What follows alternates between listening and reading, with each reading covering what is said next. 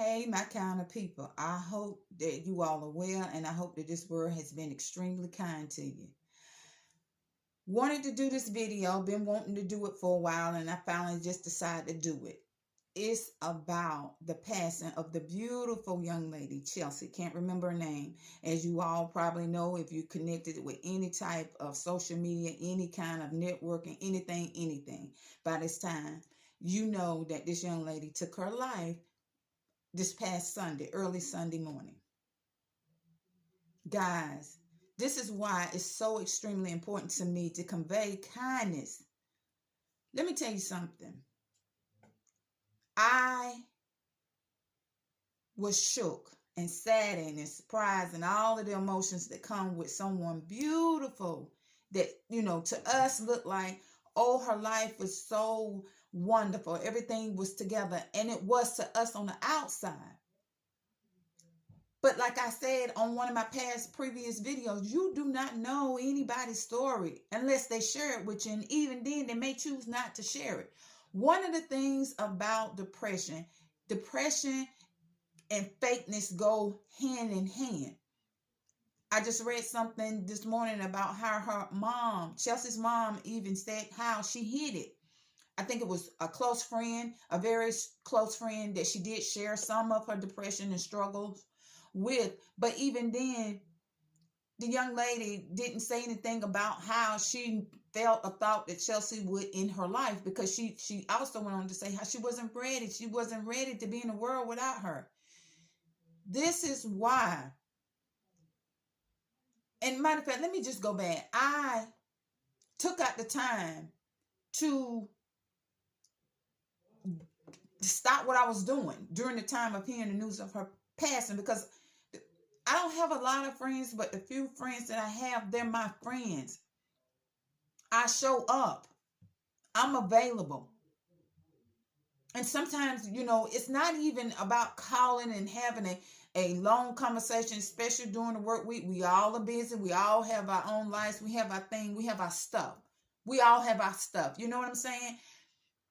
But it was important. And I have people that are near and dear to me that are going through something. So it was just like a no-brainer. Let me just text and say, how are you going? How are things going? How are you feeling? It doesn't take a lot. And with having the conversation about this young lady, Chelsea, taking her life, I have had people to share just that they found out, not even knowing that there were people that they had no idea going through something at that point, shared with them. We are in times of pain. People are hurting, y'all. Show up. Check in. That's all I'm saying. Show up and check in. If these people are important to you, show up for them. Check in with them. It's something simple. Hey, how you doing? Shoot them a text. What's going on? How you feel? Or if you don't even have time to, to take to the keyboard and type something, hit a heart emoji. Send a smiley face. Anything. Because where I live, Charlotte is less than an hour.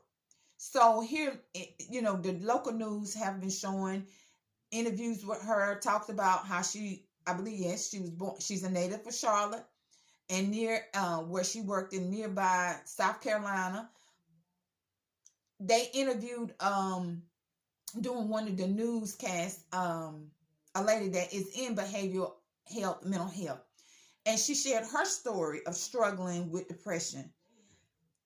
She showed shoes. She's a lover of shoes, as I am myself. I love shoes. But anyway, this woman showed her shoes while she was doing an interview. She said this particular day, she had called her aunt and said to her, you know what? You can have my shoes. That particular day, I believe the woman said that she was going to take her life. She was in a lot of pain, but no one knew it.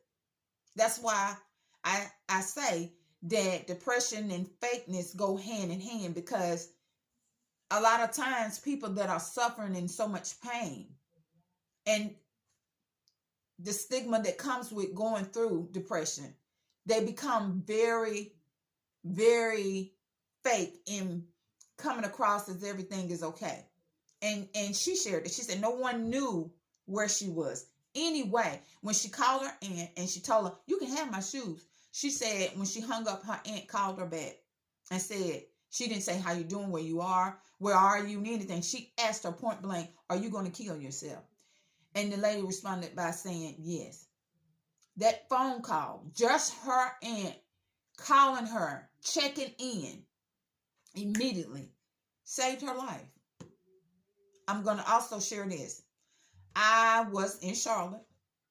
I stopped by. I was there to get my contact situation under control. You know, I had my contacts mixed up, and my appointment was later than what I ended up getting in Charlotte at the time. Anyway, I was in a store. It was either TJ Maxx or Marshall, just wasting time. And a young lady complimented me on my shoes. And so my response was, thank you. After I thanked her, we ended up just getting into a conversation. In the conversation, this young lady, she shared some things with me, and I listened. In that small amount of time that I was speaking to this young lady, she had layers and layers and layers, and she was kind of all over the place. And I said to her, and it's the mother in me, first of all, just slow down. And she kept apologizing for being comfortable with sharing with me. And I told her, I said, just slow down. She said, oh, I'm so sorry. I'm sorry. I said, no, do not apologize. I said, you're fine. I said, but I need you to slow down. Give me the information one at a time. I said, because right now you're all over the place and it's hard for me to keep up with you. And we laughed. She understood. She said, oh, I so appreciate you. I'm saying all of that to say this. I felt so honored that this young lady was so comfortable with sharing some of the things that she had going on with me. I feel really honored because it's not easy for people to be comfortable with you, even if they think they know you. But the fact that this young lady didn't know me, she shared so much with me, and she felt better after the little things that she shared with me. This is the smallest things. These are some of the smallest things that we can do to really, really possibly save someone's life. Possibly saving someone's life.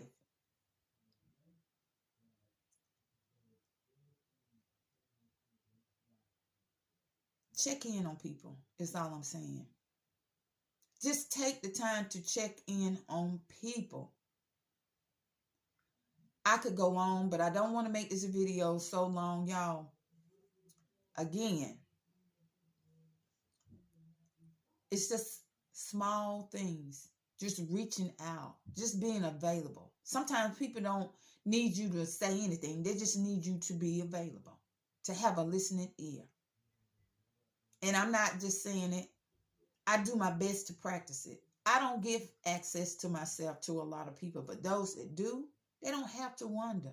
They don't have to wonder. I practice what I live by. I'm available. I check in.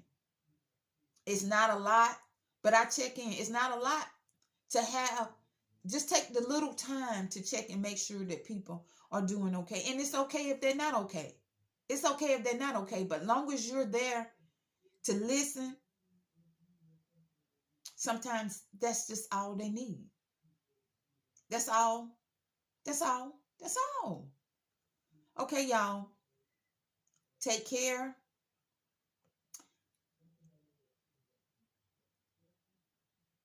And I hope